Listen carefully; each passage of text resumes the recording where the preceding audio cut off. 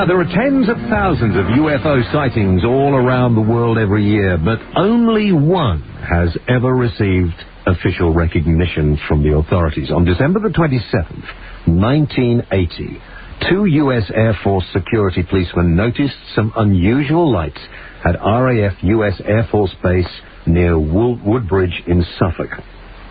What they discovered when they went to investigate ended up as an official document that has become the basis of one of the most intriguing UFO mysteries of all time. Respected investigative journalist Georgina Bruni, through unprecedented contact with the Ministry of Defense, eyewitnesses and police sources, has just published the definitive investigation into the Rendlesham Forest UFO mystery in her new book, which is called Can't Tell the People. You Can't Tell the People. We've had some strange emails, unusual faxes from people saying that if Georgina goes ahead and talks to me about this book on the program, they cannot be held responsible for what may happen. We even had I think it was a trucker that phoned us the other night who actually said that his uncle, I think it was an uncle or a friend, was working at the base when this happened, and was one of the people there who saw this craft. Apparently there was a craft that was boxed up and sent back to the States. So I don't know. I don't know whether it's just a darn good story that Georgina can write a book on, or whether there's something going on out there. By the way, the title of Georgina's book comes from a meeting Georgina had with Margaret Thatcher. Let's start there. Good evening to you, Georgina. Good evening, James. How did you get to meet the lovely Margaret? Well, I was at a charity function in 1997, and the opportunity came for me to have a conversation with Margaret Thatcher. And halfway through the conversation, I threw in the question of whether she was aware that we were being visited by UFOs. And also, I had interviewed a couple of years previously some former military personnel and a couple of scientists who had assured me that we were working on back engineering.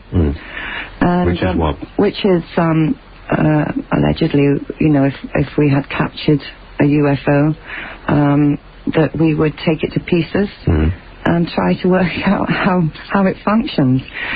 So, I mean, I was actually expecting her to come back with some sort of answer that, oh, you've been watching too many X-Files, my dear. And when she turned around and said, you have to have the facts and you can't tell the people, that was it. And she said no more than that? Oh, yes. I mean, I asked her what the facts were, and she said, you must have the facts. But she wouldn't tell you what they were? No. And she repeated, James, she said, you can't tell the people. Now, because she said that twice, then, you know, I assumed that she knew what I was talking about. Georgina, when did you first become interested in whether or not there is a possibility of other beings within the universe? I started looking into ufology 10 years ago, when I actually first started interviewing people that were the military. I mean, I like doing military cases because I believe that, you know, someone who sees a UFO or has had an experience with a UFO must know that must know what they're talking about, James, because... And you like men in uniform? I love men in uniform. Oh, I know that in your biography, yeah. Not true. Go on. Where was I now? You phoned me. Oh, so anyway, you getting excited, you see, about those uniforms. You were getting excited about the fact that there seems to be, or that some people seem to feel there is an enormous cover-up about some of this stuff. On the other hand, I have met an enormous amount of ufologists. Most of them, not all, there are people like Nick Pope and other people who are interesting, fascinating people. But the majority of the fans, if you like, are like crane spotters. They're the sort of anoraks you see standing on the end of a platform writing the numbers of planes down. They are the last people that aliens of any sort would want to contact if they came to this planet. Yeah, I think that, you know, there are different sections of... Well, that's not the right word for it, sections, but some people seem to think that ufology is some kind of cult, which I know that there's different areas, if you like. You can go out on the limb if you really go far out on the limb on it. But there are some very serious researchers and investigators, and they're not at all wacky or cranky, James. Can I start at let me start at the question that probably will finish the interview. You never know, but it's this: if these beings wanted to contact us, they would. If they felt, even if they'd contacted the authorities, if they felt they didn't like the way the authorities were handling it, they would make themselves known to us. All I'm saying is, why on earth are people... I mean, even if this thing is right, even if these beings are there, they obviously don't want the majority of people to know. So why don't we just leave them alone? Well, that might not be their choice. I mean, obviously, they're not afraid of... I wouldn't think they were afraid of us, because I think that they're more advanced. They have to be more advanced than we are. But who's to say that we don't know that they've arrived? I mean, who's to say that certain government departments, military departments, have communicated with them, and there has been some sort of deal done whereby we don't tell the people It may not, as Margaret Thatcher said to you, you can't tell the people, and maybe that's the way they want it. They don't want the people to be told. Or maybe our governments don't want the people to be told. For what reason? Well, lots of reasons. Panic. Well, that's a good reason. So in that case, wouldn't you think that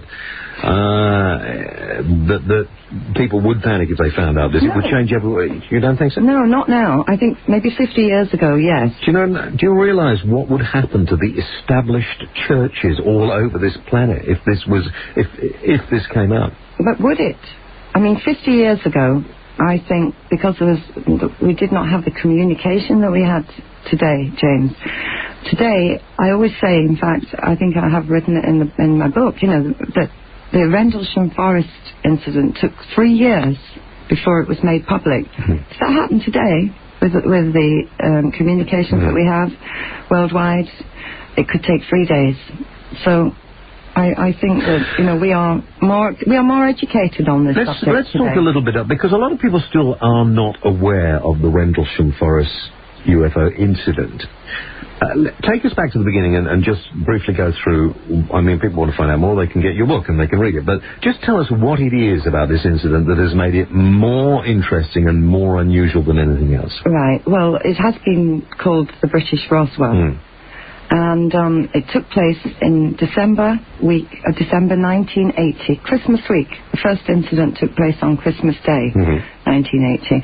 And what's so unusual about this case is it involved the United States Air Force, who were based at 2 RAF establishment, 2 RAF installations in Suffolk, rural Suffolk, in England.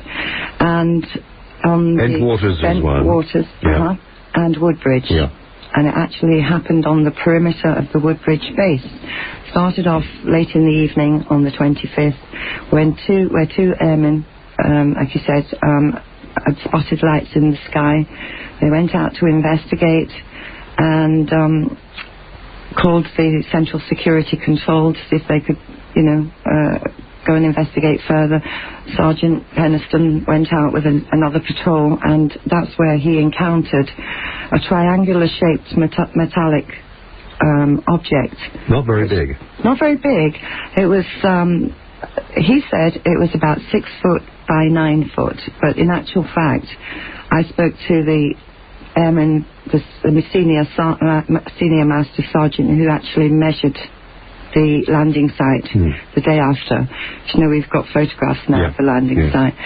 And it was 12 by 12, according to him. But we still don't know what the height was. Anyway, he actually walked up, Sergeant Peniston actually walked up to the craft and touched it, which was warm to the touch. So that was the first day. The second day, the UFOs came back again, only this time they didn't land. And then...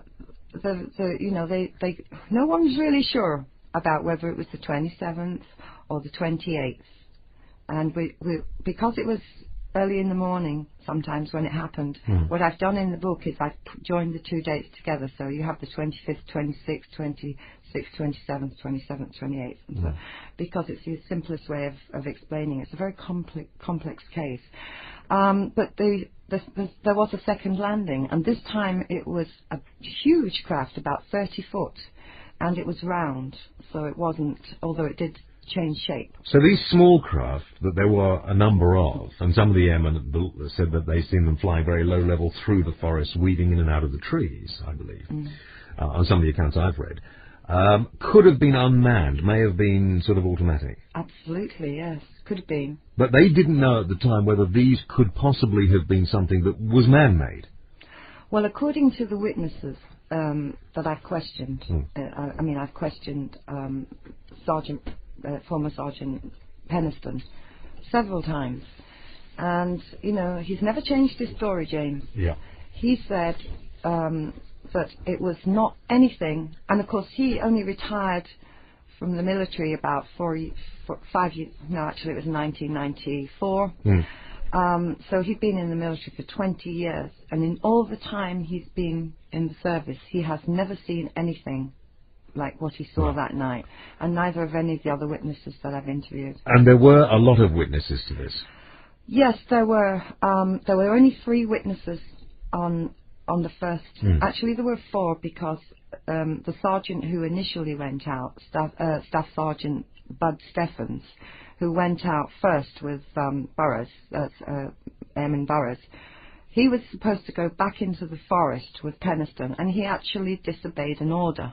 He would not go back. So whatever it was out there, he was terrified. So there were actually 4 witnesses on the first night. Let's go on to the next time that it came back, the large, big craft. What exactly happened then? Well, that night, his very debatable, because according to Lieutenant Colonel Holt, he took a patrol out that night on the night of the second big encounter, because it was getting out of control according to him, and so he wanted to go out and debunk it. He took a patrol out there. Now, Holt has always said that there was not a landed craft, and there were about 30 airmen who were guarding the area further back. But with Holt's patrol, there were only 4 men with him, 4 or 5 men, he always said. Now, until recently, we didn't know who they were, but I managed to get hold of the first copy. I actually brought one along for you, James. Oh, good. Tape. Thank you. This tape, there was a tape recording that was released to a couple of ufologists in 1984, which was a recording which Holt and the men did when they went out into the forest on that second major incident. Do you have it with you now? Yes, I do. Is it on cassette? Yes, it is. Can I have it? Yes, you can. Ash, have we got a facility to play this? I'll come and get it. Thank you very much. Oh my Georgina God. has a very big bag, and she is at this particular moment rummaging in the bottom. Yes, there you are, James. Okay. Especially for you. Thank you. How long does this tape take? It's 18 minutes. All right. Could you go and have a little listen, and we'll hear from this. Handed me the cassette. Thank you very much, senior producer. The first part of the cassette, by the way, Ash, is about where they're examining the landing site, which presumably is the landing site of the first night. Sure. But according to the witnesses, it came back in exactly the same place as the previous night. Did they see any signs of life at all? According to some witnesses, they did, but Holt has always said that it was just lights that he saw. Don't forget, he's a senior person, and it's possible. I mean, who knows? But on this tape that I found, if I can explain this, because it's very, very important.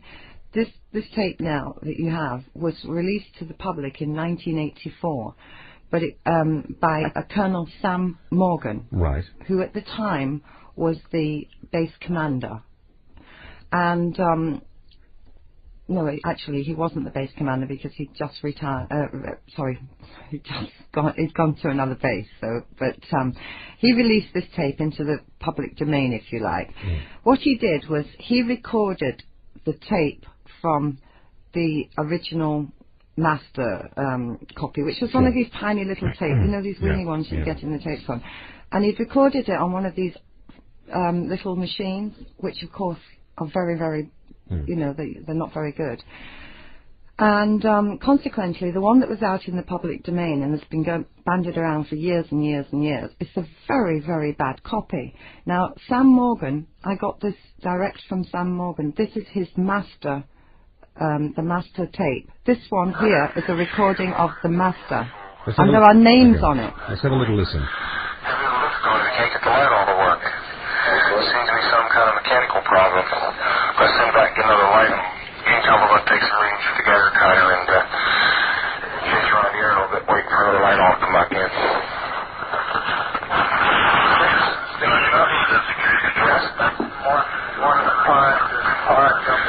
Okay, we're now approaching the area within about 25-30 feet. What kind of readings we get? Anything? Just minor clicks. What are the impressions? Is that all there they are? Well, there's one more well designed.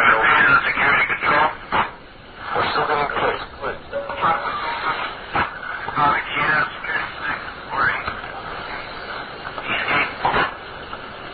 Can we read that on the scale? Yes, sir. We're now on the 5/10 scale, and we're reading about third, fourth takeover. Okay, we're still comfortably safe here. You don't have a light off, full gas ready. Security. There's still minor readings. Some with gas orientation. Security. This one's dead. Let's go to the third one over here.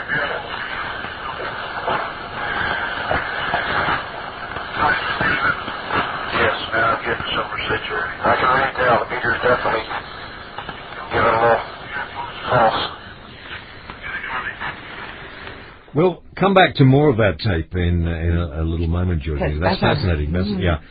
What we're hearing here is the tape, which is on like a little dictaphone machine that they have with them, and they're recording what's going on, which they need to do when they're in a situation like this.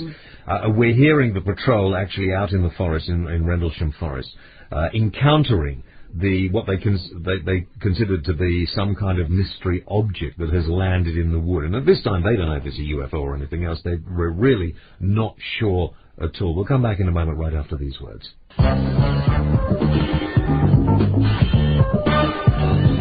Watch for the tingling in your hair. Welcome back to the James Whale Radio Show with you tonight. We're talking to Georgina Bruni, who is an authoress, an investigative journalist. Her new book is called You Can't Tell the People. It's about the Rendlesham Forest UFO mystery. Georgina has, and I didn't know this until a few moments ago, also got a tape. And we'll go back to the tape in a little while. She has also got a tape of the discussions of the patrol, the American Forces patrol out in Rendlesham Forest during the nights of the 25th, 26th, 27th and 28th of December 1980. This is, more and more people are beginning to know about this story now, but until recently, if you were to ask any Tom, Dick or Harry or Harriet going down the street, do you know anything about the Rendlesham Forest UFO mystery? They would say no. This was the realms only of those people who are really into UFOs and everything else.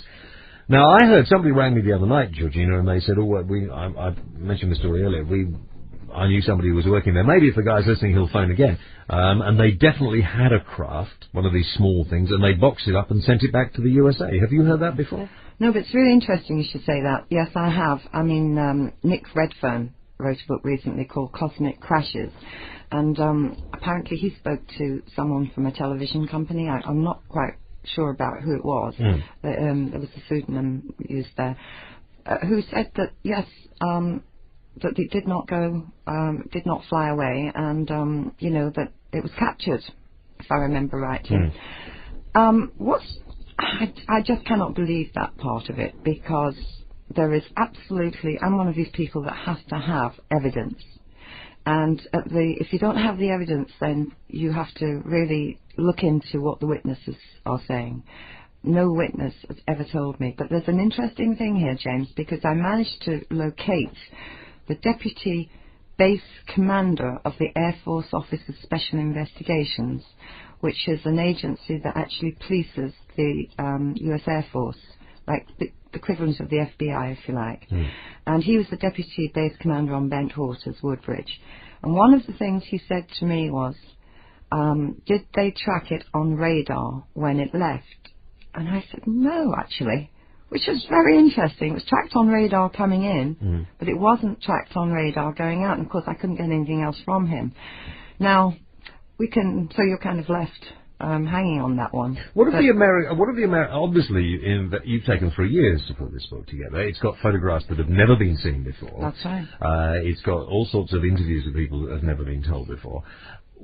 What have the authorities, both here and in America, said to you when you've presumably been trying to get interviews with them about this? Yes.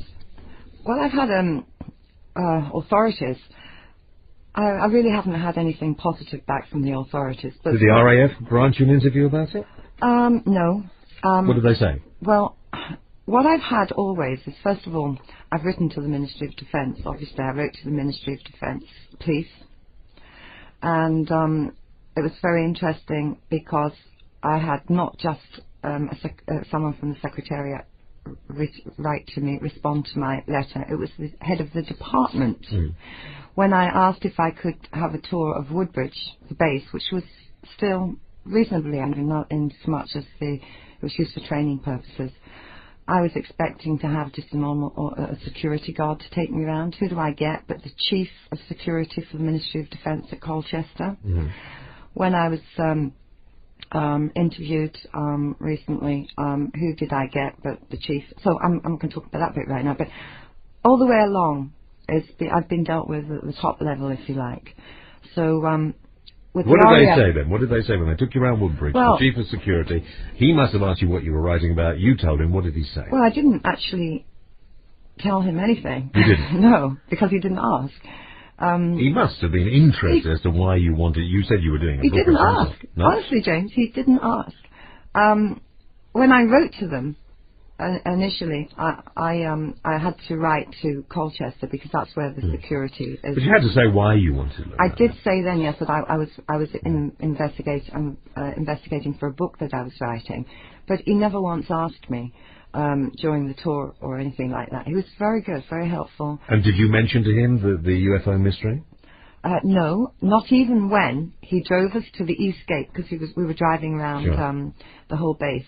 And when he stopped at the East Gate and he said, "This is where the ufologists hang out," and even then I never said anything. You know, so it was never mentioned at all. All right. What did the Americans say? The Americans again were non-committal. They, I have found some documents which were telegram cables that were sent to RAF Mildenhall, which is the main office for public affairs. It was then. It's still RAF Mildenhall, still operational, and also were sent to RAF. Sorry, not RAF. Ramstein, which is the headquarters of the US Air Force in Europe. Cables which actually said that the Ministry of Defence did not do an investigation, and that it was of no defence significance. And these were sent in '84, and also that the Air Force Office of Special Investigations did not investigate the case. But I have found a lot of information out about that particular agency, and I do believe that they did investigate it. In fact, I have names of people who actually did the investigation. Have you been able to speak to them? No. Well, yes and no. Why are you being so cagey? Well, I have to be a little bit cagey on that one because it's in there. It's in the book. You need to really look for it. Why do you need to be a little Well, cagey? because this person's still in the US Air Force, and some of the people it's not named. It's not named. Some of the people who were there in the evening, some of the American servicemen who were there, subsequently had strange things happen to them, didn't they? After? Yeah. In the aftermath, yeah. Disappeared and were discredited in many ways. Their US career, Army career, didn't really go very well. Well, one of the Sergeant Adrian Bustinza, was actually stripped of his stripes and put back to senior airman. Now, when I spoke to his commanding officer, who was his commanding officer at the time, who retired as a Lieutenant Colonel, Malcolm Zickler, he told me that Bustinsa was a very, very good airman and was worthy of his promotion, because he was the man who promoted him to sergeant. Bustinsa was harassed, bothered right, and even afterwards, even after he retired, when he left there to go to another air base, he was immediately stripped of his stripes. And I think that he probably was got at, because I think Bustinsa did talk about it, and you weren't supposed to talk about it, James. In your heart of hearts, Georgina, you think that there was a craft that they managed to get hold of and that they sent back to America? No, I do not. Oh, you don't? No, I don't. No, I don't buy that one, James. Okay, you don't think there was. But you think that obviously the British authorities, the American authorities, know exactly or know more as to what was going on. You don't think it was just dismissed? But somewhere there is a document all about this. Yes, it was not it could not have been dismissed. So you believe, though, that one of these flying saucers, call them whatever you want, didn't take off, didn't go again? I think it did. You know, I mean, the witnesses do say that it took off, and what they say was that it broke sometimes on the second event when it landed, when it took off, it kind of hovered and then split into three, and then just disappeared or took off. If you just tuned in, I'm talking to Georgina Bruni, who's written a book called You Can't Tell the People. It's all about the Rendlesham Forest UFO mysteries. To find out more about it, you're going to have to read the book, obviously. But she has managed and had to get a tape from one of her sources.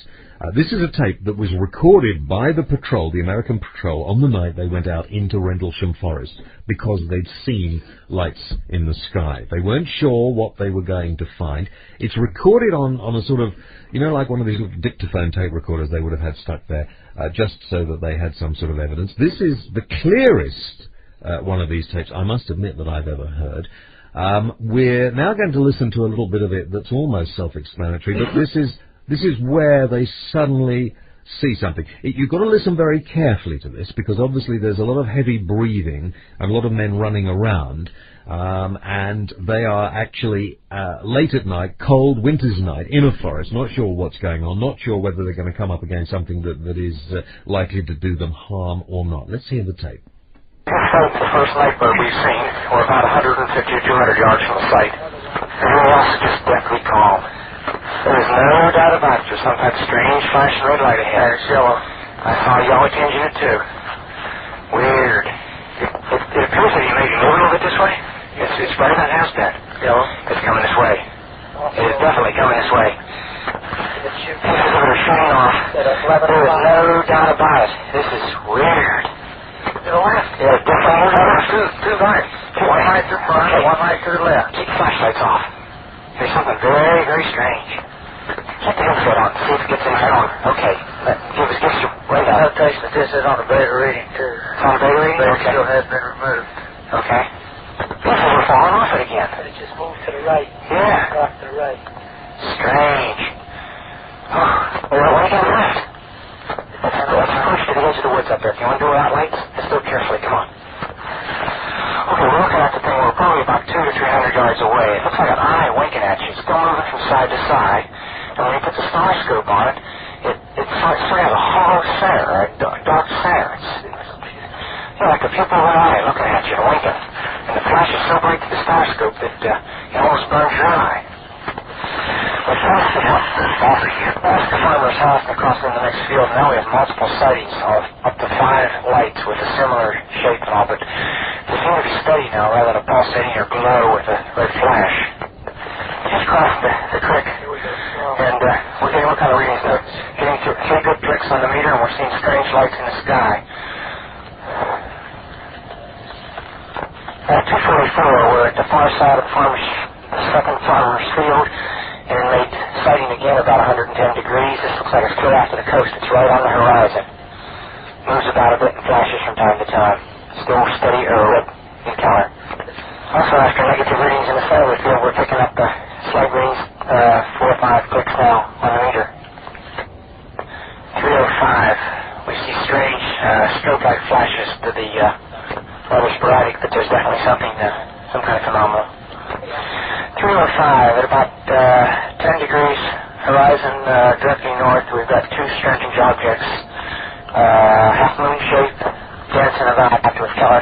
them.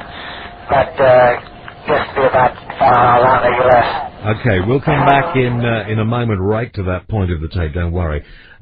Georgina, the clicks they're talking about is not, this is not a bit of tape from Vietnam, this is actually the clicks on, they have a Geiger counter and they're checking out whether or not there's radiation there. They are picking up radiation. Just before I take a break, tell me why you're convinced that this is authentic and not just some Americans playing a joke. Well, yes, it's definitely an authentic tape, but it is edited. It's been edited, with no doubt, and you know, someone along the way has edited this tape. I'm no doubt about that. So this isn't somebody taking the mick or recording something a long time after the event. This is actually when it's happening. Yes, I believe. I mean, when I spoke to Sergeant Adrian Bustinso, who you can actually hear at the beginning of this tape when he's talking to Central Security Control, you can hear him saying Sergeant Bustinso here. 3 times he says this. You don't get that on the other one. Okay. And when I spoke to him, he remembers. I mean, we went through this, and he said, no, this is the tape, but it's edited. And what does he think they've cut out of it? Well, they've cut out the landing, according to Adrian Bustinso. They've cut out the actual landing of the UFO and where they were all like freaking out on it, you know. And at one time he said he was standing next to Neville's, who was the guy with the Geiger counter, and they were picking up, you know, radiation. Right, we're going to take a break. We're going to come back. We're going to hear more of the tape. Georgina Bruni is my guest. She's written a book. It's called You Can't Tell the People. It came out last Friday. It's already apparently in its 3rd reprint, which is most unusual. It's about the Rendlesham Forest UFO mystery. Georgina has managed to get a hold of a tape that was recorded during the evening. It was in the early hours of the morning, actually. Around Christmas, December 1980, and at this particular moment we have a little bit more of the tape to listen to. So let's listen to that. You have to listen fairly carefully. This was recorded over 20 years ago on a very small and, by today's standards, a fairly primitive recorder. But this copy is excellent because you've actually had it enhanced, haven't you, and put it through bigger and better recorders. So, and I'm enhancing it. And he's enhancing it, of course. Yes, not too... I knew he'd have to chip in somewhere along the line. Are you all right, though, Georgina? Yes, fine. She's worried about being got hold of for writing the book. Got my sword. Okay. Let's listen to this again. 305 at about 10 degrees horizon directly north. We've got 2 strange objects, half-moon shape, dancing about with colored lights on them. But gets to be about 5 to 10 miles out, maybe less. The half moons are now turning into full circles. So I know there was an eclipse or something there for a minute or 2. Video 315, now we've got an object about 10 degrees directly south, 10 degrees off the horizon. And the ones in the north are moving, one's moving away from us. Moving out fast. This one on the right heading away too. Yeah, we're both heading north. Okay, here he comes from the south. He's coming toward us now. Now we're observing what appears to be a beam coming down to the ground. This is unreal. 330, Zero 330, and the objects are still in the sky, although the one to the south looks like it's losing a little bit of altitude. We're turning around and heading back toward the base. The object to the south is still beaming down lights to the ground.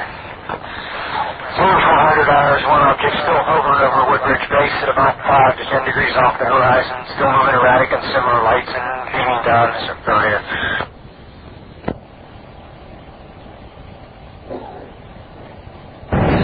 And that's it. There is a transcript of this tape in the book as well. Beaming down the light, Georgina, is like something from Star Trek. I mean... what did the Americans say about this incident? I mean, what is their official response about this incident? But it was just lights in the sky and nothing more. But obviously, because of the amount of people who've seen it, and a number of people have written their accounts anyway, your book is the first time they've all been brought together, and you've done interviews with people who've never been spoken to before. Listening to this tape, have you told the American authorities about this tape? Sorry, the who, James? The American authorities? No. No? They will read about it for the first time. Oh, you've told them about the book? Not the American authorities. No? I believe that, my publishers have either sent or are sending our authorities a copy of the book. and but probably not the Americans. I mean, what they will do is just disregard it and not make any mention at all, as you know, unless, you know, in the near future, if you suddenly disappear. James. Well, I don't want to frighten you, Georgina. Maybe I need to get my bodyguard back again. Did you have a bodyguard for a while? Well, no, I mean, you know, I don't know if you've heard of Jacqueline Davis, but she wrote a book. Yeah, we had her on the show. Did we? Did you have female bodyguard? Oh, yes, I remember. Yes, that's right. I used to do PR. I can probably have to come on this show. Jacqueline actually came to Rendlesham with me, and also around the basis, she actually came with me. And when we were going out to the Woodbridge Rendlesham Forest, she said, oh, well, if there's an alien spaceship that comes down, I'll guard you. And I said, I don't think it will make any difference at all, Jacqueline, because if a dozen or so military men ran for their lives or were scared, in other words, you know, there's not a lot we can do. 2 women in a forest. No, anyway. When you started this, Georgina, I mean, you're not particularly interested in UFOs, are you? I am now. You are? Well, that's my point. You see, when you started this, you were doing it because it's a good story, and you thought there was something there that hadn't been investigated that you wanted to. How has this changed your view? Well, I actually got interested in UFOs, I'd say, about 10 years ago, but certainly when I looked at the Rendlesham Forest case, the reason I was interested in this is because everyone was calling it the Britain's Roswell in 1987, which is the 50th anniversary of the Roswell incident. And I honestly, James, did not know what to make of it because there's been so much nonsense written and talked about it over the years. And it was very sort of... well, if you know, when you get a chance to read the book, you'll see that there was disinformation, there was rumour, there was all sorts of things going on, and it was just a very complex case to put together. But it was a challenge, and for me it was a challenge. But then I realised, you know, a quarter of the way through, that it was also a very human story, and it involved real people who had, you know, had this experience, which even by today they cannot comprehend. And most of these people have been damaged in one way or another. They don't want to talk about it now. They don't like to talk about it. It's something they'd rather forget. Yes, I mean, when I spoke to Adrian Bastinso, who had actually gone on record in 1984, but at that time he would never discuss the interrogation part, because he said that part of what happened was worse in his mind than what happened before, because he was told bullets are cheap, a dime a dozen. And he was taken down to a little room, ordered to sit on a very small wooden chair, stare into a light bulb with 2 guys in black military uniforms, you know, overall type uniforms. And he was told that what he saw was the beam from the lighthouse. And he said, no, it wasn't. And they said, you don't get the message, do you? It was the lighthouse beam, and he had to sit there for hours and hours and hours until he was until he told them, okay, it was the lighthouse beacon, and then they started all over again just to make sure. So, I mean, you know, they were really scared. If you want to talk to Georgina, the lines are open. 08700 40 50 60. Call us now.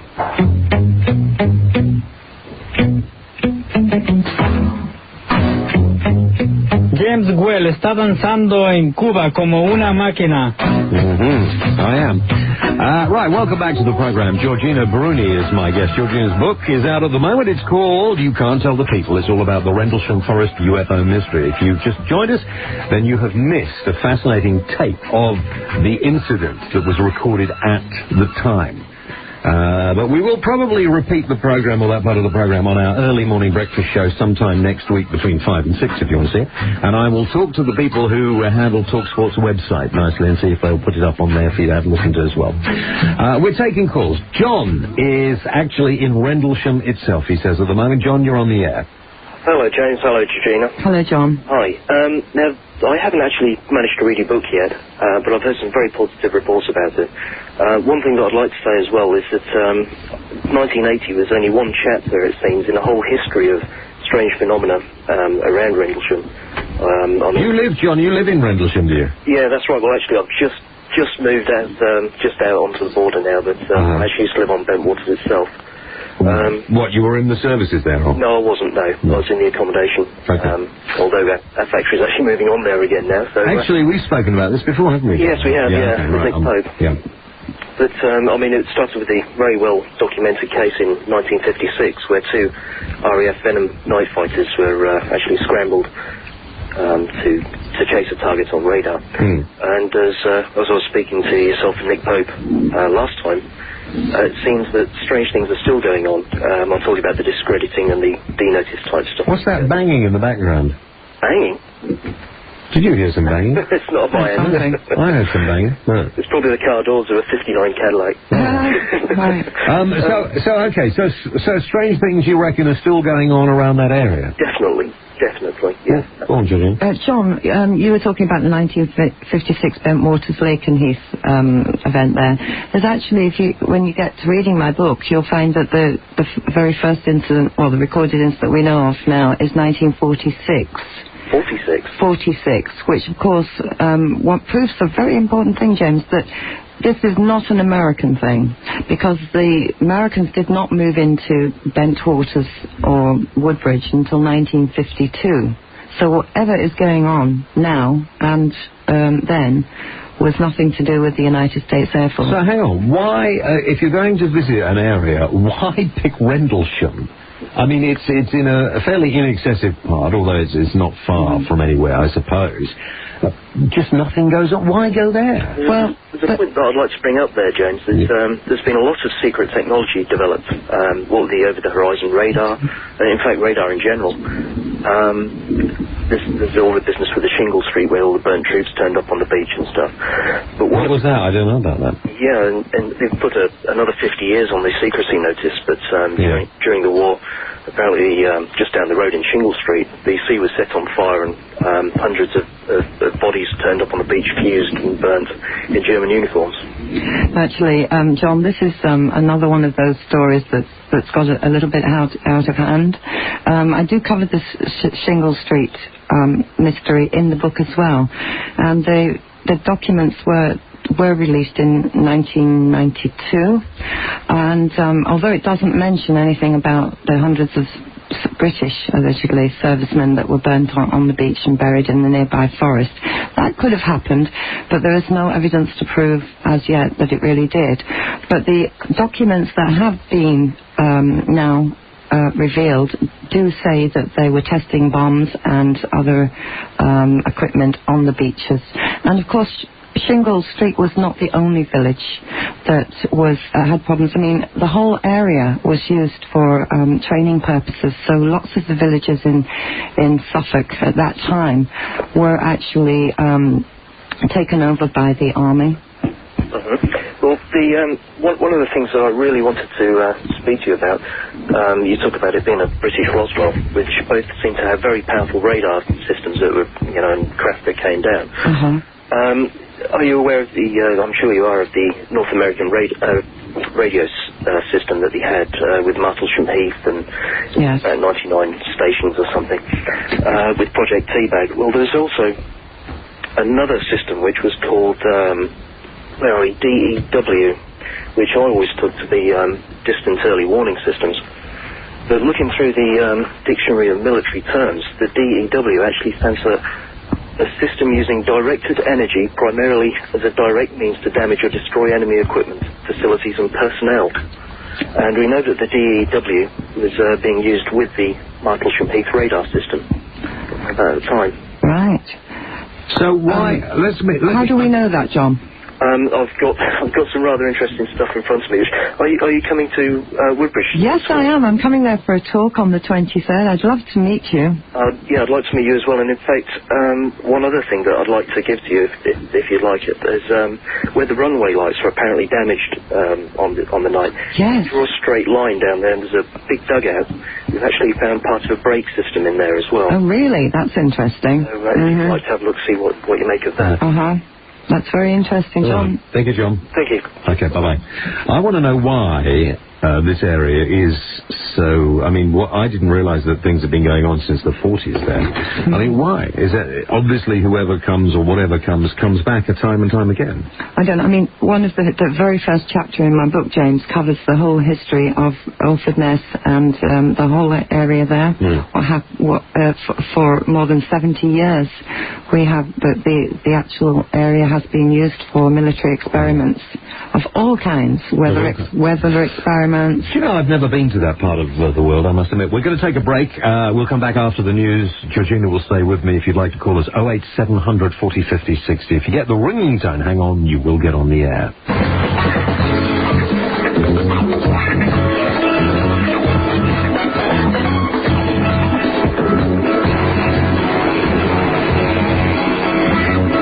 Okay, welcome back. We're speaking with Georgina Bruni tonight, who's written a book called You Can't Tell the People. It's about the Rendlesham Forest UFO mysteries. If you are just joining us, you missed a fascinating tape, which I'm not going to play again, but we will put up on the internet. We will be repeating that part of the program in our early morning show sometime next week. If you're not familiar with the Rendlesham Forest incident, it happened in December of 1980. Basically, the American forces base at Bentwaters. There were some strange lights happening. If you look at Georgina's book, you'll see photographs of the incident, the landing area and everything else. You've missed the tape of the soldiers rushing around panicking and wondering what it was. People have said it's like the British Roswell. They have said things were discovered there that helped our technology advance in leaps and bounds. Whether you believe any of these stories, I don't know. But if you read this book, it'll certainly leave you with a question. 08700 40 50 60 is the number to ring if you want to talk to Georgina. Let's take calls. Alan, you're on the air. Hello? Yes, Alan. I just wondered if you're... Sorry, the phone's making a bit of a noise. It is, yeah. No, it's okay. Did you know that there's already been a program on television about that? Did you know there's been a program? Yes, there have been many, haven't there? Yeah. Actually, it was one of the Strange But True series. I was talking to David Alpin last night, the producer, and that was in 1994, I believe, Alan. It's actually the airmen looking in the forest for the lights and everything, witnesses and... Yeah. It's already been on television. That's right, yeah. So you knew about it? Yeah. I do, yeah. We did, thank you, Alan, very much indeed. Mike in Norfolk, you're on the air through to Georgina. Hello. Hello, is that me? I don't know, is it you? Mike from Norfolk. Yeah. Hello, Mike.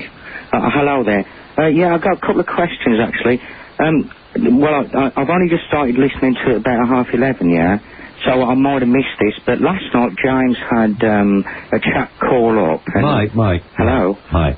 Your voice is changing, Mike. You know, you're going to put on a silly accent. You have to try and keep the same accent going. Do you understand? James.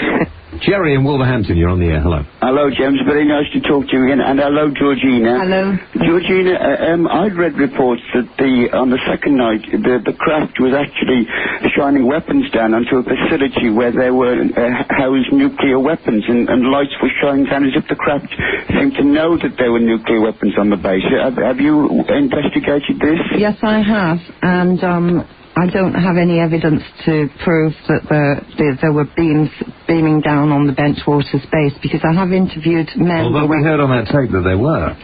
No, that was a beam in the forest, James. Oh, I see. That was a beam in the forest. Okay. There's a story whereby there was one of the beams that were allegedly beamed down on the weapons storage area. Did they have nuclear weapons there? Yes, they did at Bentwater, short range, but not at the Woodbridge base. Okay. And but I've interviewed witnesses who were on duty in the weapons storage area that night and that week, and according to them, there was no beams. There were no beams. Georgina, what do you think of Jerry Randalls, who seems to think that the whole of the incident was linked to American psychological warfare? Who's Jerry Randalls? I beg your pardon, James. That's a fraud incident. I meant Jenny Randalls. Who's Jenny Randalls? She's a ufology, James. I think you spoke to her. I have, actually. You're right. Yes. I'm getting old. I forget these things. Sorry, what did you say about she seems to think what? I apologise, Georgina. Jenny Randalls took the view in somewhere where I'd read that the whole of the UFO incident was an experiment in psychological warfare by American intelligence. I think Jenny's had several theories over the years. I don't think so, because first of all, if it was an experiment, the first night, don't forget that there were only 3 airmen who actually went out. And if you're doing an experiment of this kind, especially the Americans, you would not really do it on foreign territory. You would do it in your New Mexican deserts or somewhere like that, and not just with 3 or 4 men on the first night. I don't believe it had anything to do with any experiments, but having said that, there is a piece in my book where Ray Boucher, who was also a very good investigator on this case, had received a visit from 2 agents, and they told him that the Bent Waters experiment was something that was being done by the U.S. government. It could have been disinformation. But we have to have some kind of evidence here. For these theories. All right, Jerry, thank you for your call. There are lots of arguments between people like yourself and Jenny Randalls who I often wonder whether it's all about scoring points onto who's got the best stuff or who hasn't. But, I mean, she has tried to sort of rubbish what you're doing a little bit, hasn't she? Has she? Well, I've read a few things where she has. I mean, she is apparently the accepted authority on all things UFO, and you're like the new kid on the block, aren't you? Well, I guess I am a new kid on the block, really. I wasn't, I don't know too much about that, but I'm not doing this to score points. I didn't write this book for ufologists. I wrote this book because I hope that people in government circles might read it and might, as I say, tell us all what's really going on. I also wrote it, James, for the airmen of the witnesses who were involved, because they wanted their story to be told. And, this is not just about my theories do not come into this book at all. It's all, as much facts as possible. So, in fact, I do go through everyone's theories. Let's talk to Jerry, who's calling us from Brussels tonight. Hi, Jerry. You're on the air. Hello, James. Hello, Georgina. Hello, Jerry. Yeah, that's actually a mistake. The name is Richard, actually. Sorry, Richard. I was working at Bent Waters and Woodbridge as a taxi driver at this time, although I'm on the road as a trucker now. And there was a lot of talk around this time amongst the passengers in the cab, and then about 3 days afterwards it went absolutely suddenly quiet. We were friendly with some of the security police on the base who used us, and I can give you his name but I won't on air. And he told me that there had been word come down from above that it was not to be discussed anywhere. Yes, that's right. Well, hang on, Jerry. Richard, sorry. What do you mean it wasn't to be... Who told you it wasn't to be discussed? He was a senior master sergeant in the security police. Yeah. And he'd had orders come down from above saying that it was not to be discussed with anyone. Did he give you a reason? I don't think the senior Air Force staff tend to give reasons for Master Sergeant James. That's right, it was a Master Sergeant. Yeah. Well, I mean, you were a civilian, and you would have thought if they wanted to hide it, they'd have been better off just shutting up about it. Well, they actually said that was not to be discussed at all. But you must have heard some interesting conversations between serving airmen in the back of your cab. Absolutely, there was a lot of talk. Well, about this case. The general title thing was, with expletives deleted, that they were scared. Yes. Did anybody say what they thought it was? Did they think it may have been something from Russia or some communist country that had got over there, or what? No, that was never suggested. The whole sort of consensus of opinion was that it came from they know not where. That's really interesting. Would it be possible to to get Richard's number, James? Richard. I've already given it to Ash. Yeah, we I'd got it, like to talk to you further on this, if I may. You can buy it off me. Buy it off you. Yeah, that's very nice of you, Ash. Thank you. Right, all right, Richard. Thank you. Thanks, Georgina. All right, drive safely. Bye. So there we are. Yeah, that's really interesting because I actually tried to trace some of the taxi drivers that were there at the time. Of course, that company, I believe, is closed down now, so it was very, very difficult to take that further because I had heard that the men did, open up to the taxi drivers. They had a unit on the base. On the Bentwater space. What about pubs in the area? What about, or were they, Americans tend to be fairly well served on their bases for things like that, don't they? No, they do. I mean, there's a great story in my book about a local pub called the Swan at Alderton, where they used to meet up with one of the local chaps from the area, and so yes, there was a lot of a lot of talk in the pubs at the time. I believe that Brenda Butler and Dot Street, who were the first two investigators on this case, had found a lot of information, talking to the local people. All right, we'll continue on if you want to join us. 08700 40 50 60. What actually makes you, just before we go to the break, what makes you think that this wasn't some kind of technology developed on this planet that they were testing out there? How can we be sure that wasn't the case?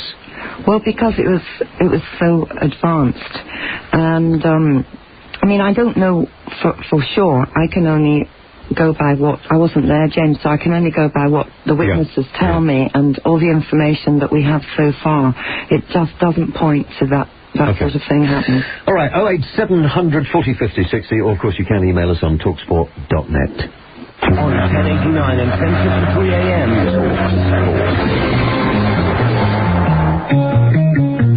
James Well.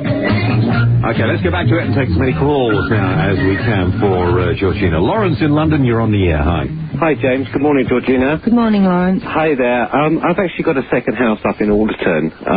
Very nice, too. Trying to be, James, yeah. Basically going down near the site, down Friday Street. That's right, Georgina, yeah? Yes. Why is that particular area still cordoned off? Why are there not trees growing in that area? And what's that shed doing in there? Why is it... I mean, after all these years... I think... from what, I mean, I know where you're talking about there. The shed is some kind of deer hut or something where I don't know why they put them there, but maybe they're doing this, what you call it when you kill deer to keep them. Oh, I see. But I know that's supposed to be where they keep the deer. I don't know. I mean, I don't know what you mean by the trees. I mean... Well, there aren't many trees growing near the site, and there seems to be some sort of obstacle course. There is a barren place there, yes. Yeah, and we are talking about the right place, because it's near a plough field, near an oak tree. I mean, I was up in the 80s at Framlingham College, so I wasn't really too sort of au fait with the site area until sort of recently, and I just wonder why they've still got it cordoned off. Well, it isn't, as far as I know. Isn't it? No. Oh, I walked down there. Can you wander down and look at where this all happened? Did you do that? Did you walk to that area in the trees that there's a photograph in your book of? That's right. You can't drive down there anymore. You used to be able to drive down there. I wonder if we're actually talking about the right site, because I was walking down near what I think is the site on Sunday. It's down Friday Street.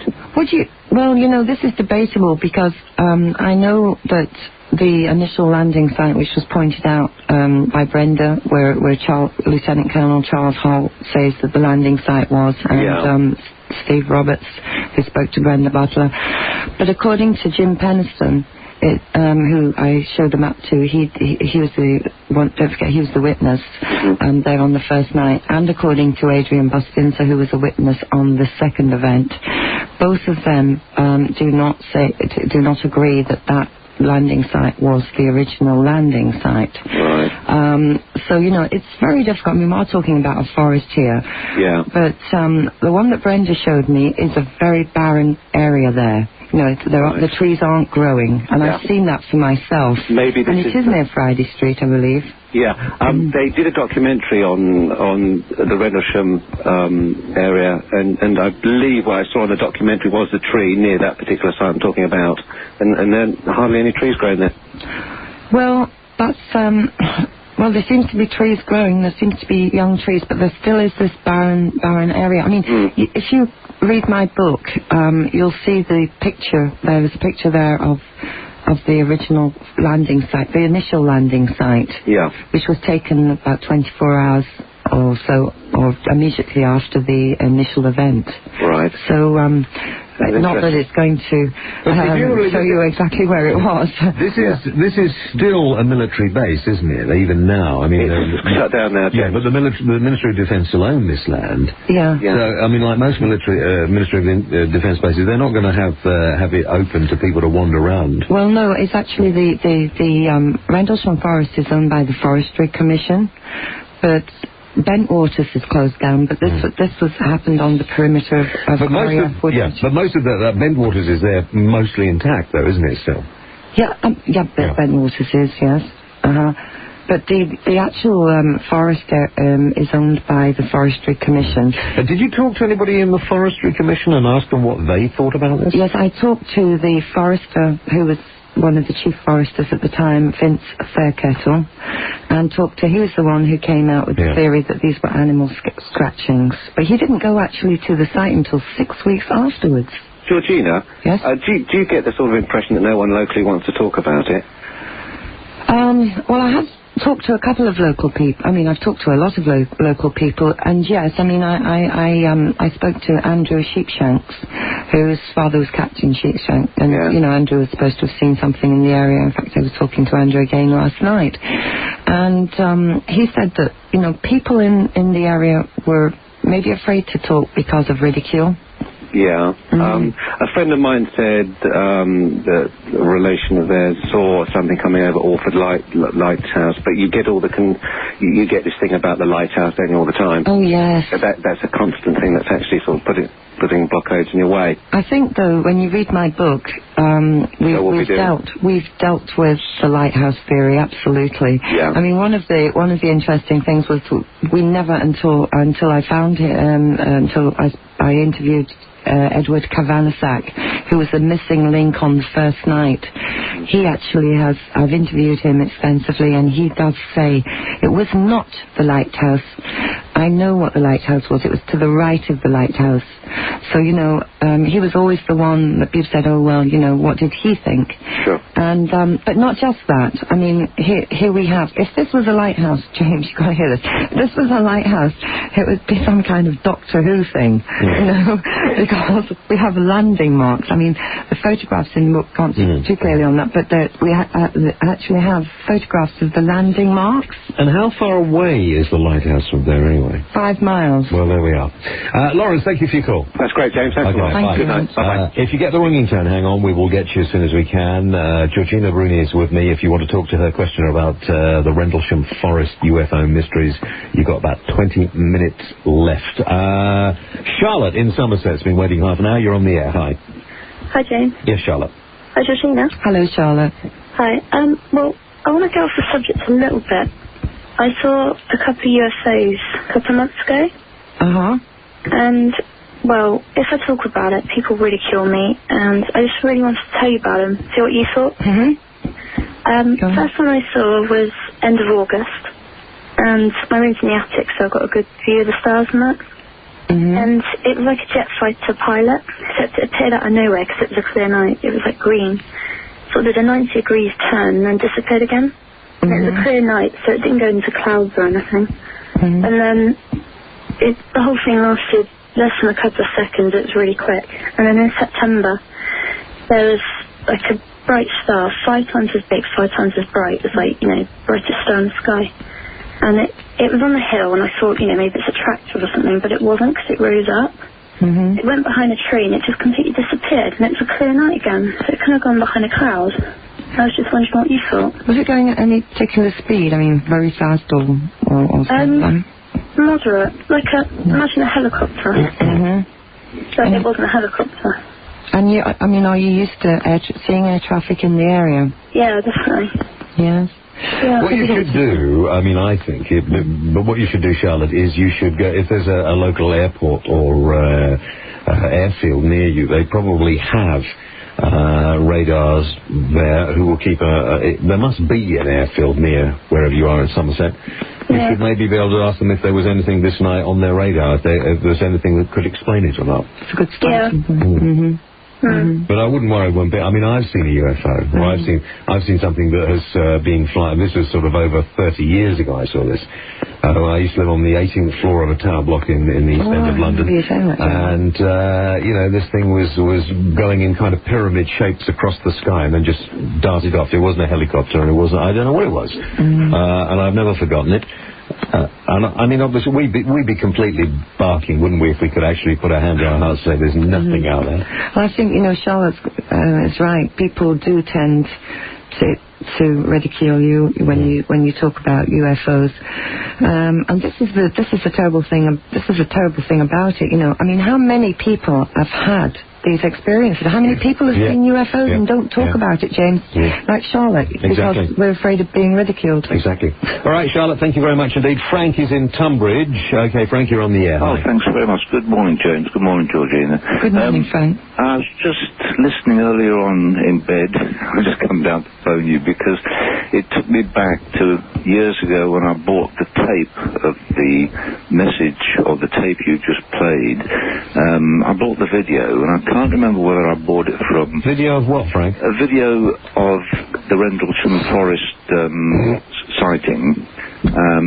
I didn't even know there was one, Frank. Yeah, there is. I've got it in my collection somewhere. Oh, you mean the Strange But True television? I might have taken it off the Strange But True. Okay. I think you probably did, Frank. I thought you were talking about something we didn't know about there. Well, I don't know. I couldn't remember whether I bought it from the chap. Anyway, let's get to the point, Frank. Got lots of calls coming in. Yeah. Frank, can I just stop you there just for a moment? You are not talking about a video that was made at the scene, are you? You're talking about something that was recorded from a television program. Yeah, it might have been. I can't remember because... Well, if you don't know, Frank, what on earth are you phoning for? Well, can I just say, James, because of the flood, I've moved it. I've been moving... Yeah, no, Frank, I'm not interested. I haven't got much time, and Georgina's only going to be here this once talking about this. What is it that you want to say about that tape? It exactly like the voices that you just played, the tape that I've got. Well, it may well be the same voices, Frank. Yeah, because you said it's different, the original one you had. But the one I've got sounds exactly the same, the voices on the tape I've got. Yes, I think that was the Strange But True program where they did play parts of this tape. The one that I have is the first copy of the, you probably missed this, of the original, the very first copy. The one that was put out to the public was a very bad copy. So, yes, I think you're talking, Frank, about the Strange But True. Yeah, but he's not sure, so never mind. Right, Mike in Norwich, you're on the air. Hi, Mike. Hello there, Georgina. Hello, Mike. Yeah, going back to that point, the tape I listened to on James Welsh Show is the one thing you can't hear is the radio pauses. The guy's running constantly and giving a conversation, but there's no transmission pauses. Like the send and the go back. Is that being doctored for you or what? Well, I found we found several breaks where it's in the transcript in the back of You Can't Tell the People, my book. There's several breaks in the tape where you can actually hear on this one. You see, this is so much better than the original. Let me just get this right. This is a recording that isn't a recording off their personal radios, but a recorder that the guy had with him, which they had with them. It was a pocket radio. A pocket thing, yeah. So you wouldn't necessarily hear that, Mike. So what you've got to realise is in 1980, the actual radios they were using they normally held them on the lapel. That's right. And to actually transmit and send a message, they actually pressed the button and they obviously transmitted whatever they wanted to, let go of it, and they got a message back. Now, listening to the tape, it seems constant, as though there's no transmit, there's no pause, there's no nothing. It seems as though everything's been taken. Now, if you're running to something and you're seeing something and you're out of breath... Well, it sounded... I heard those. I heard the clicks on the radio. I heard them pressing the radio and talking to each other. And you know, one of the things that was pointed out about this tape also was that you couldn't hear them tramping through the forest, which you can do on this one. You can hear them tramping.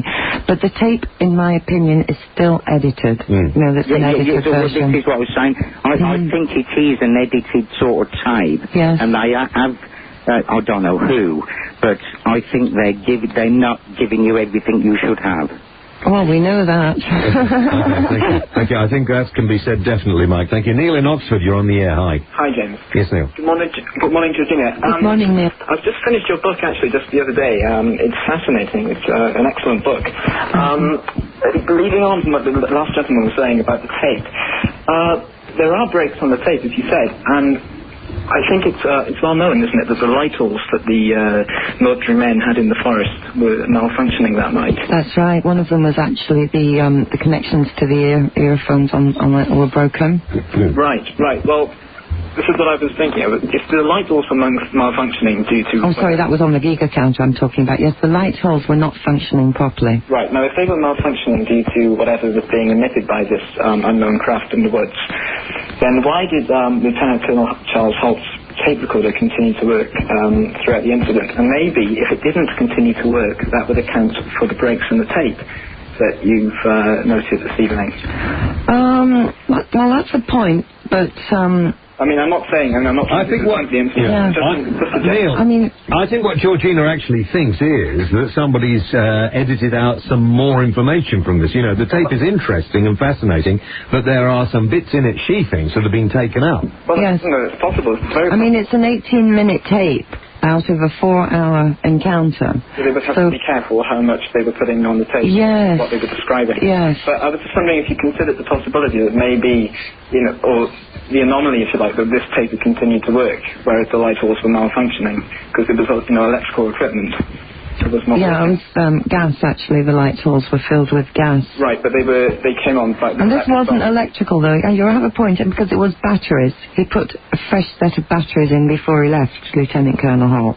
So it's interesting that you say that, because, you know, why, indeed, weren't the batteries drained? I know he grabbed a handful of batteries, so, you know, it's always possible. But that's very interesting, that. Secondly, Georgina, very quickly, are you planning to come to Oxford very soon, in the near future, to deliver a talk? Well, if I get an invitation to do a talk, then I probably will.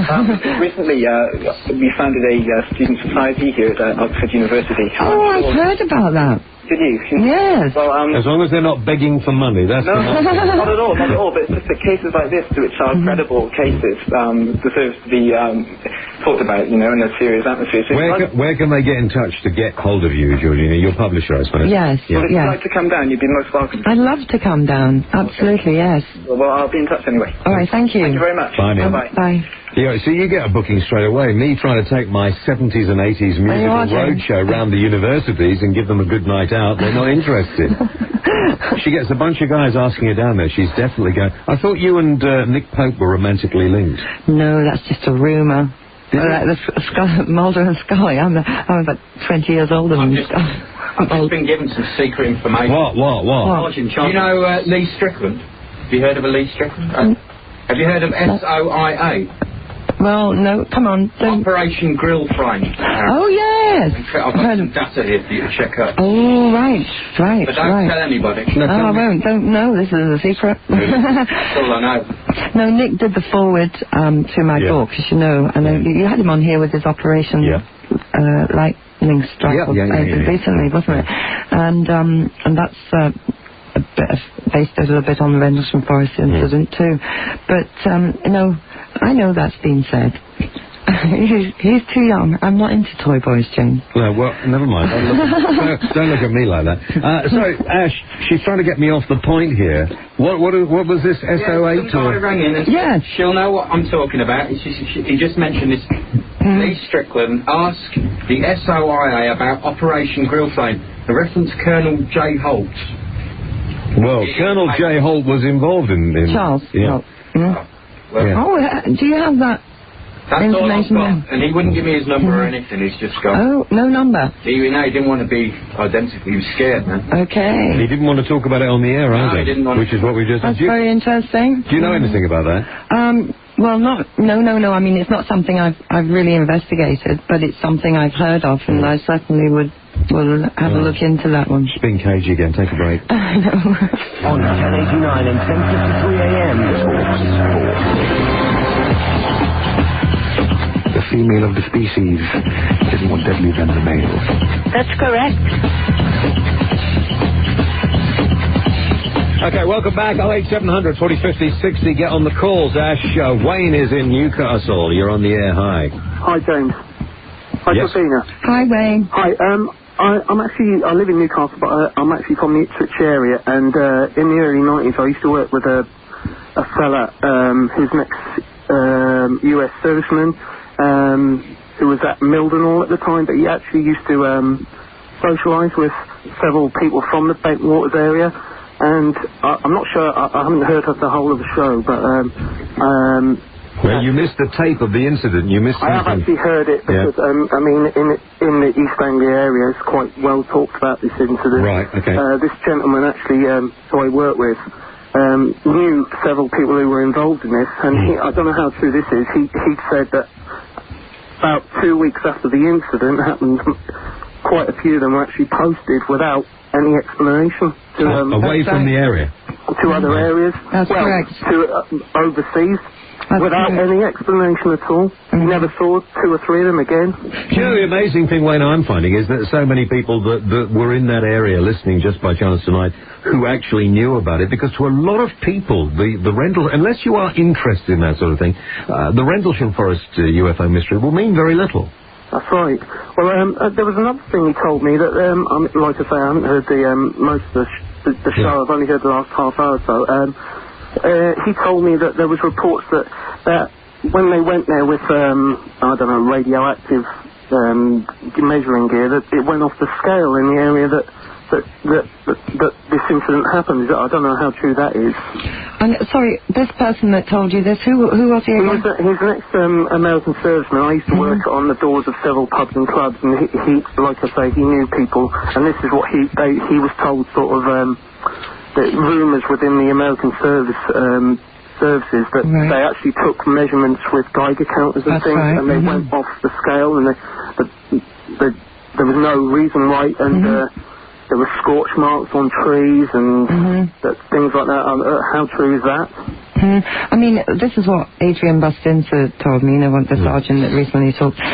He said that it went, he was standing next to Neville, who was the Geiger counter reader, with the Geiger counter, and it went, really, wow, he said, and some other words, it really did go up, but you see, that part is not on the actual tape.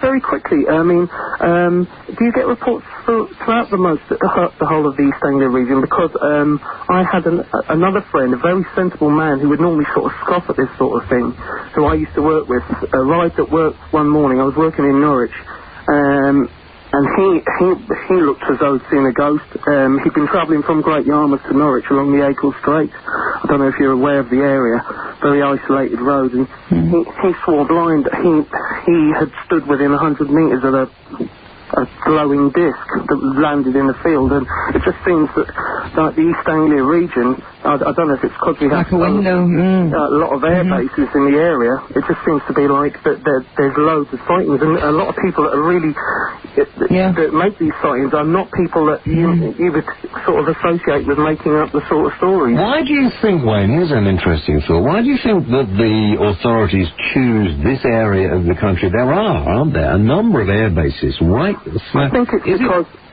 it goes back to the war with the closeness to the coast. The Nazis, Luftwaffe. I think that's basically why there's so many bases in the first place. I think it comes from the war. I just wondered whether it was an easy place for flying objects to get to and go away from or something. On the coastline. All right, Wayne, thank you. Nice talking to you. Thank you, Wayne. Hi. Carol is in Manchester. Hi, Carol, you're on the air. Hi, James. I've only just tuned into the show, but I heard Charlotte when she called, and she said that she'd had 2 sightings. The second one, she said it looked like a really bright star that sort of went along and then faded away, disappeared behind a hill or something like that. I'm quite sure that would have been an iridium flare, which is one of the satellites that sort of flares up like a bright star when the sun shines on it from a certain angle. Could be. Yeah, it just sounds very much like that. Do they change direction very quickly and move? I mean, she said it was... She didn't say that it did, though. She said it sort of disappeared. No, she said it changed direction and headed off a different way. That was the plane, wasn't it? No, she said the light did.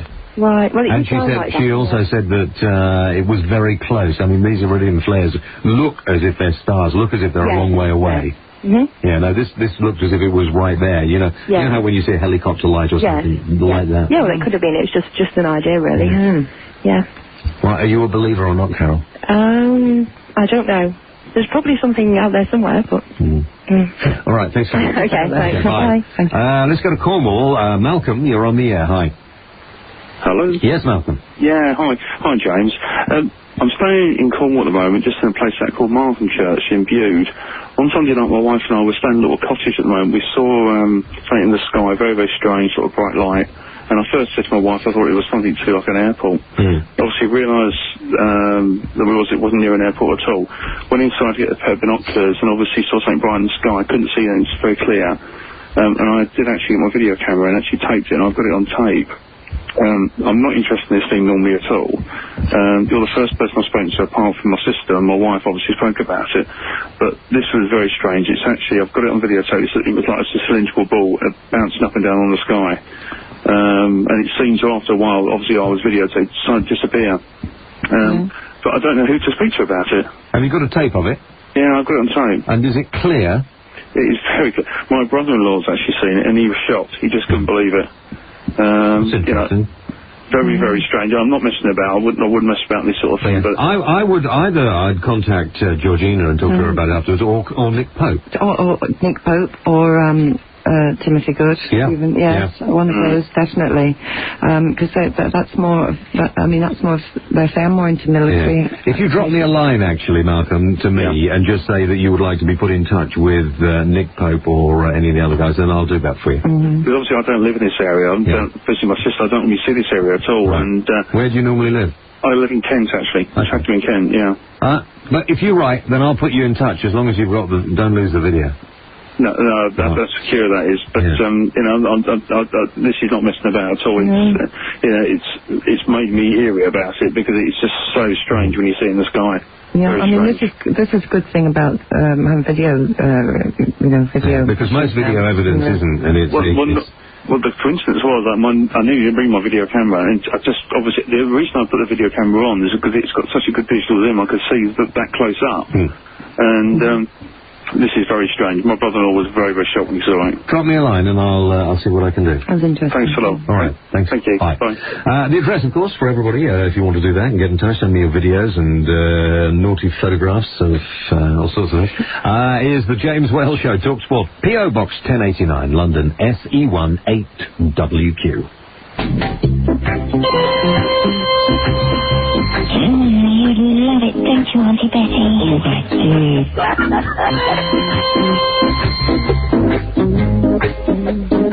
I love meat. Okay, final part of the program tonight with Georgina Bruni. Her book is called You Can't Tell the People. It's about the Rendlesham Forest UFO mystery. And it is published by, who is it published by? Sedgwick and Jackson. Okay, and it's out in the shops now. Or in your local library. Simon in Dagenham, you're on the air. Simon, can you load up some more calls now? Here we go. Hi. Hello there. Simon. Hello. Hello? Yes, Simon, go on. Hello, I'd like to ask Georgina a question. Is it true there was reports that as the soldiers approached the object, there was time-space distortions? That's right, especially on the first incident. Can we explain to those of us who are a bit stupid, time-space distortions? What's that? Yes, what they experienced was hairs on the back of their necks and arms standing up, and also a feeling of just going in slow motion. And that's something that apparently has been linked with what? Sorry, what was it? Is this what's the gentleman's name? Simon. Sorry, Simon. Hello. Yes, that's what you're talking about, isn't it? That's right. Yeah. So that's been documented. Yes, that's what the witnesses say. Yeah, because you find a lot of pilots, like professional pilots, who have encountered UFOs like around the world, have had missing time, and just ordinary people who have had encounters with UFOs and aliens and such sort of third encounters. Well, this is very interesting, Simon, because, you know, the third witness that I just found, Edward Kavanasak, there were 3 witnesses. I know that Peniston, one of them talks about missing time, and also the Burroughs talks about missing time, but Peniston has also had missing time. Now, what was interesting about that, James, Simon, was that when I talked to him, he was telling me about what happened before and after. Yeah. But he couldn't remember what happened in between, and it's actually confused him. He's very upset about it now because he's saying, well, what happened in between? You know? What's happened, you know? Yeah. And so he has a complete blank. This seems to be something that everybody that has something like this says, you know, it's like we weren't away for very long. And then find out they've been away for maybe half a day, even more. Yeah. There was about 40 minutes missing time with all 3 of them relating the same thing. Yeah. It was very frustrating because I think it needs like progressive hypnosis to find out what had actually happened or what they experienced. Well, James Peniston did have regression. And 2 times, and found some amazing things out. Came up with names and all sorts of things. I mean, some people don't go for that. But for him it was very good because he remembered names of people that he had long forgotten. And of course, we've come up with these names now. So yes, there was something to his hypnotic regression. The one thing that really did upset Peniston was that he said that he was given sodium pentothal and hypnotized whilst he was being interrogated by whichever agents interrogated him after the event. Okay. Simon, thank you for your call. Bob is in Glasgow. You're on the air. Through to Georgina Bruni. Hello, James. Yes, Bob. Hi, can I speak to Georgina? Yes, go on. Hello, Bob. Hello, how are you doing? Fine, thank you. Hi. Just to let you know, actually, that I believe I've had 3 sightings of UFOs throughout my life. I'm 51 at the moment.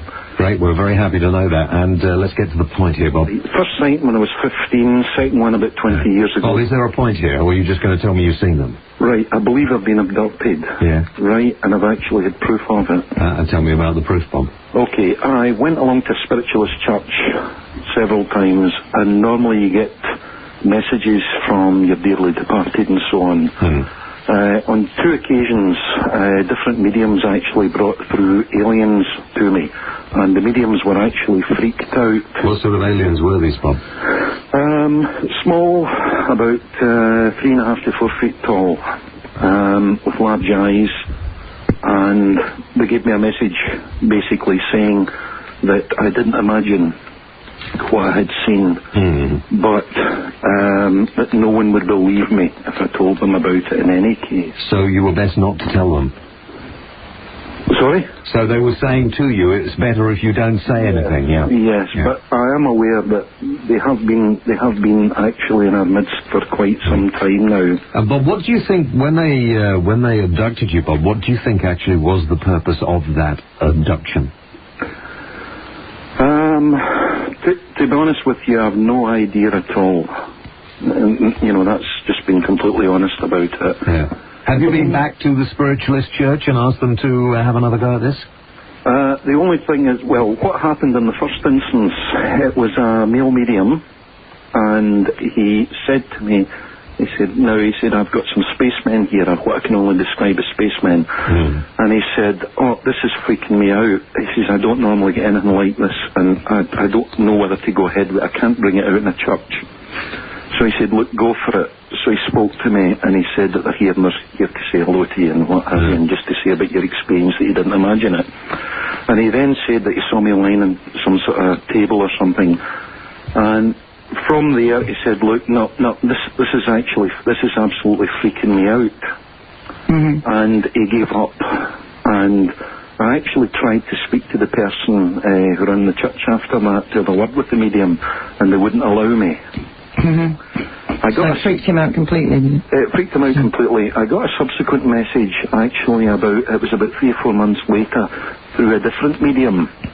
Lady in this time, and she said it was a gentleman who had investigated. He was an American gentleman. She described him soft hat, glasses, and beard, and he was involved with a project in America, and it was to do with UFOs. Now, I got the thing that it was J. Allen Hynek. Oh yes. Okay. Now, he basically said that no one believed him either. Yes, and that basically I didn't imagine what I'd seen and that no one believed me either.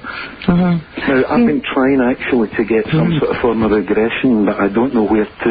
Well, I think I was actually going to say that, you know, Nick Pope is very much into the study of abductions. Yes. He's been abducted, we think. Oh, yeah. I heard that rumor. But he's the person that I think you should talk to about this. And his publisher is... Simon & Schuster. Yeah. Get in touch with them. Thank you, Bob. Russell in... actually, to be quite honest, we're right out of time. I didn't realise it's come up to the end of it. Tomorrow, before we go, I'll be talking to a gentleman who is about to go and dig under the Sphinx and the pyramids because apparently the Egyptian authorities have finally granted a license to a team to search under the Great Pyramids for some previously undiscovered tombs. Whether or not there is this fabled Hall of Records of Atlantis or not, we'll find out tomorrow. Georgina, this has been fascinating. Thank you very much indeed. And your book, of course, is called You Can't Tell the People. It's about the Rendlesham Forest. Thank you. UFO mystery, and it's published by Sidgwick and Jackson. And it's in your shops now. It's fascinating. It really is, and that tape is fascinating too. We'll play the tape again. Yeah, it's been great being here. Thanks a lot for inviting me. Thanks a lot.